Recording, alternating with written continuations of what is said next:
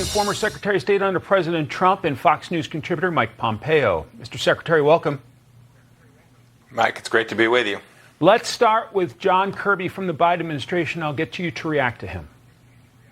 It is an Israeli proposal, one that they arrived at after intense diplomacy with our own national security team and over at the State Department. But we have every expectation that if Hamas agrees to the proposal, as was transmitted to them, an Israeli proposal, that Israel would say yes.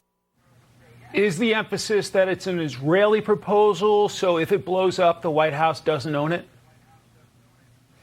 Mike, I think that's definitely true. It's a tell. I think the administration knows that this proposal in the end isn't going to work, and they don't want to own this thing when it ultimately fails. Hamas is no more going to accept an arrangement that works for Israel, where Hamas is not in charge, where the hostages are fully released, and where the Israeli people are secure from what happened on October 7th ever happening again. Hamas isn't going to take that without their total destruction. This deal would arrange for that. It would give Hamas more power.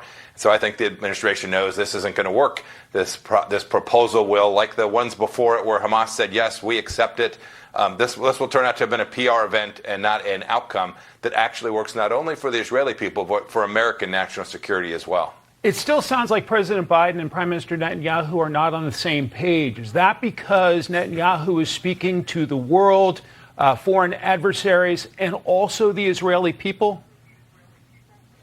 Yeah, I think there's multiple reasons for that, and that's actually very diplomatic to say not on the same page. You might be able to work at our State Department, Mike. The truth is they're not even in the same book. They're not even in the same zip code. Their understandings of the risk to the United States and to Israel, and the fact that this is largely driven by the Iranian regime, and that even when the problems in Gaza are resolved, there's still 10,000 precision-guided munitions keeping Israelis from living in their homes in northern Israel. That complexity from Hezbollah, from the Houthis, that complexity means that this is not going to end with just a deal with Hamas. And I think the Biden administration knows that. They've got problems in domestic political from their pro-Hamas left wing. And so, yes, I think the Biden administration is trying to play out the clock between here and next November. To Ukraine, where the Biden administration is apparently okay with Ukraine going after some limited Russian targets over the border. What do you make of that?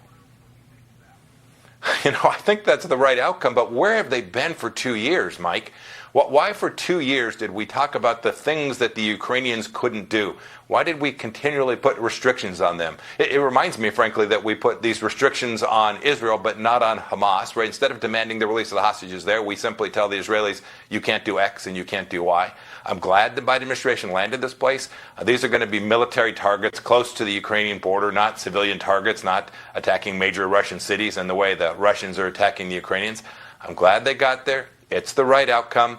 I can't, for the life of me, I cannot explain why the Biden administration has consistently refused to allow Ukraine to win and instead provided them just the tools, the bare necessities to drag this thing out for what's now over 2 years. The administration is going to great lengths saying its policy hasn't changed. Is that because it's limited targets just over the Russian border?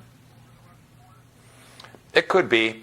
The truth is, I wish the Biden administration had conducted more of this just privately and quietly. There's no need to tell the world the things that you won't do every day and always.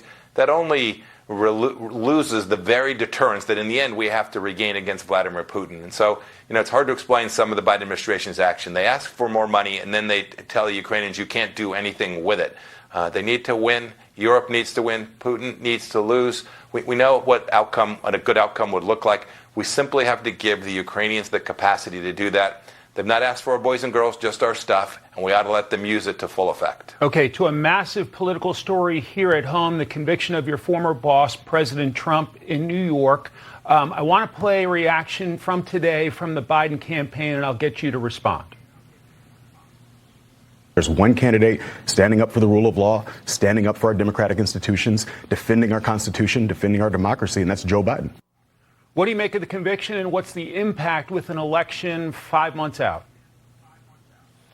This trial was anything but standing up for the rule of law. This was one of the, probably the most political prosecution and probably one of the most serious for our republic and for our Constitution in American history. To go after a candidate, one of the two parties, a former president, on the most political grounds we've ever seen someone go after a senior American official, former official. That's not about the rule of law. That's not about democracy. That is a pure hit job on the former president. And as for what it means for the election, I think the American people can see that. I think the American people, in the end, understand that they were far better off under President Trump than they've been these last now 3.5 years.